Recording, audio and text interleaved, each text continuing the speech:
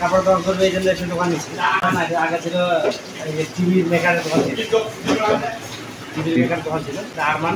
তো সাইনবোর্ডে নাই এখানে আদৌ আমার অনেক জায়গায় প্রায় বছর 4 ধরে ভিজিট করছে কিন্তু পাইনি।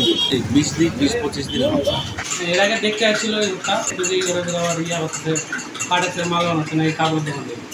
দোকানের মালিক খুব জানতো যে আলামি। আমি চাল তুলবো, আমার ঘর আছে তো ওই আব্বাসউদ্দিন সুপার মার্কেটেই আমার ঘর আছে, আমার ওইখানেই ঘর আছে, ওই তার অপোজিটিভই ঘর আছে, ঠিক আছে।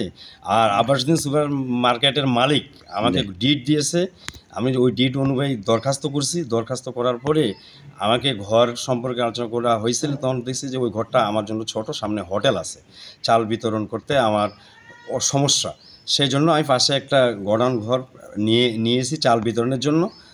আর পাশাপাশি আমার ওই মালিক আমাকে ওইখানে একটা রুম দিয়েছে, ওইখান থেকে আমি চাল স্লিপ করব, ওইখান থেকে আমি চাল বিতরণ করব।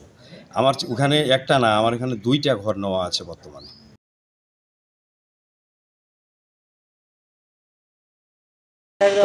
দোকান নাই, তোবারক মাস্টার কোনো এখানে দোকান নাই, উনি কোনো দোকান করে এটা মানুষের দোকান দেখাই দিচ্ছে। দোকানটা অরিজিনালি মালিক হচ্ছে রায়হান আলী, উনি এখানকার দোকান ভাড়া দিয়ে হাবিজ চাচা করে, ভ্যানেটারি দোকান করে, ওদের কোনো দোকান নাই, বুঝছেন। আমরা চাই যে এটা একটা বিচার হোক, ন্যায্য বিচার চাই।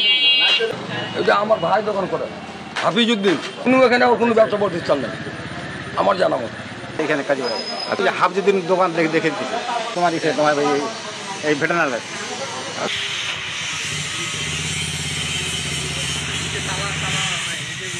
আমার নাম মোহাম্মদ আজহারুল ইসলাম ধলু, বাসা আমার কাজীবালা বাজার থেকে পূর্ব বসে। কী সমস্যা বলতে কি, এই দোকান হচ্ছে এটা হাফিজ চাচার কি ইসের দোকান, ওষুধের দোকান, মানে গরু ছাগল হাঁস মুরগির ওষুধের দোকান। এই ওষুধের দোকান তোবারক হাজি দেখাই ও মনে করছে ইসের লাইসেন্স করছে, তোমার ফুডের লাইসেন্স করছে, ওইখানে চালু ডিলারই নিছে এই দোকান দেখাই। এখন আমরা চাচ্ছি ও অবৈধভাবে মানুষের দোকান দেখাই, ও ফুডের লাইসেন্স করবে, এটা তো গোটা সম্পূর্ণটাই অবৈধ, সম্পূর্ণটাই অবৈধ। এটা তোবারকের এখানে কোনো ব্যবসা প্রতিষ্ঠান আছে, কোনো দোকান আছে, আমার জন্মের পরেও আমি দেখিনি, এখনো না।